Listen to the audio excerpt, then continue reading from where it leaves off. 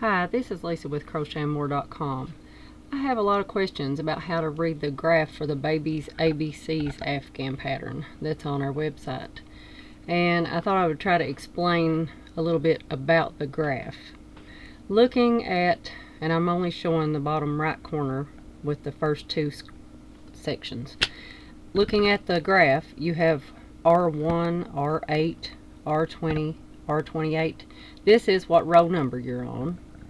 And ST28 means stitch 28 is here where this little divider row starts. Stitch 56 is where the next divider row starts. So getting the stitch count down for each of the squares is one of the biggest problems with this pattern. Each of these little boxes here is a 5 stitch wide by 5 stitch tall box. So in other words, in between each of these sections of these divider rows here, you have 5, 10, 15, 20, 25, 26, 27 stitches wide, and you have 5, 10, 15, 20, 25, 26, 27 stitches tall, which makes a perfect square using single crochet and the puff stitches. So when you begin to work the graph pattern, you chain the indicated amount. You start over here where it says start. You're going to work this first row all the way across. Doesn't have any of these little dots or filled in squares. So your first row is nothing but single crochet stitches. So you go all the way across the first row, and then on the way back, when you start countering these little dots, which is a filled in square, those are the single crochet puff stitches, and the instructions for those are in the pattern. So anytime that you encounter these little stitches, you should be working on the wrong side row of your pattern. In other words, when you work the puff stitch, you should push the puff stitch away from you. You'll see the back side of it.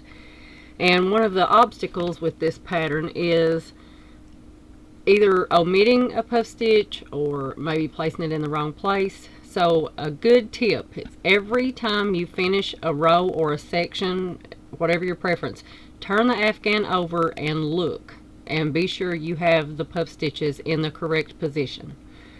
I've made several of these.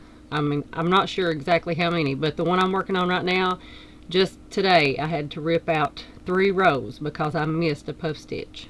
So be careful and don't miss any. So one other tip that I have is when I start the Afghan, I ended up not liking adding the border after I finish the Afghan, so I like to add it as I go. So what I did was I added 2 more additional rows to start with, 2 extra stitches on each side, and 2 more additional rows at the end. So when I start, I did a row of single crochet, then I did a row like this divider row here.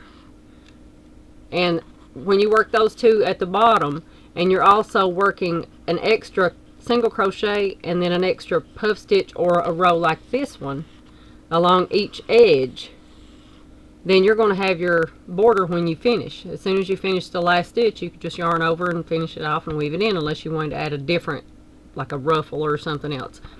So that helps me a lot, because I'm not fond of adding that particular border after the Afghan's finished. So I hope this video helps you understand more about how to read this graph pattern. Thanks for watching.